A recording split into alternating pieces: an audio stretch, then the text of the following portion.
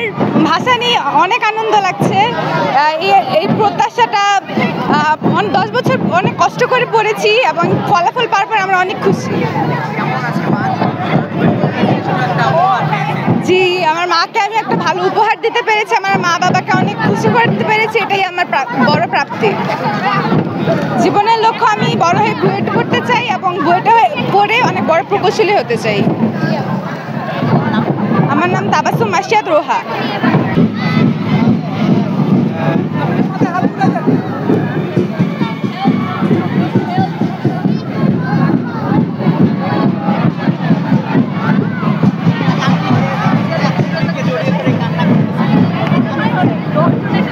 বলুন কি বলছেন?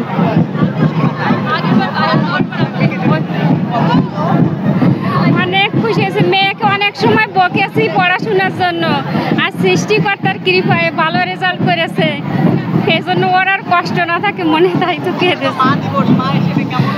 মা হিসেবে অসাধারণ অনুভূতি, আমার মেয়ে আমাকে শ্রেষ্ঠ উপহার দিয়েছে।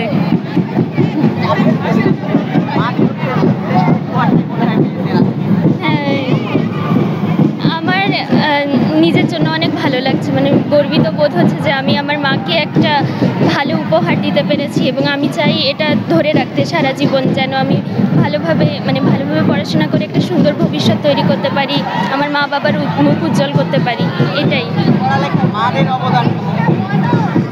সত্যি কথা বলতে প্রথম দিক থেকেই মা অনেক বকাঝকা করতো, কারণ পড়াশোনায় সেভাবে আমি অতটা অ্যাটেন্টিভ ছিলাম না বলতে গেলে।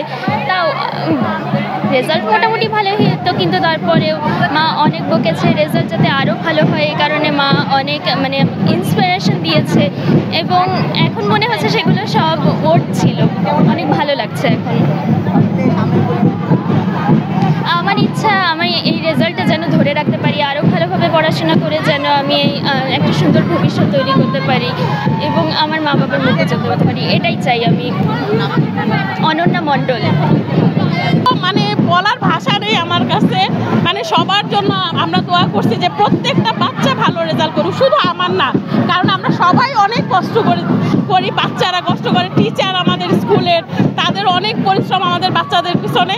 আমরা অনেক খুশি সন্তানের এই সাফল্যের জন্য। তাদের জন্য আমরা অনেক ত্যাগ স্বীকার করি। দেখা গেছে অনেক সময় সকালে বের হই, সন্ধ্যার সময় আমরা বাসায় যাচ্ছি, লাঞ্চ করা, বিকেলের নাস্তা করা, সেটাও আমরা বাহিরে করছি। ওদের পরিশ্রম তো আমরা আসলে দেখা গেছে যে ওরা যে পরিশ্রমটা করছে অনেক সময় নিজেদের কাছে খারাপ লাগছে, তাও বলতে পারিনি যে না, এই পরিশ্রমটা করো না। সারাক্ষণ দেখা গেছে পড়া, স্কুলে আসা, কোচিংয়ে যাওয়া, তারপরে টিচারদের কাছে বাসায় পড়া, ওরা অক্লান্ত পরিশ্রম করছে, যার ফলাফল আল্লাহ আমাদের আজকে দিছে। দোয়া করবেন আপনারা সবাই।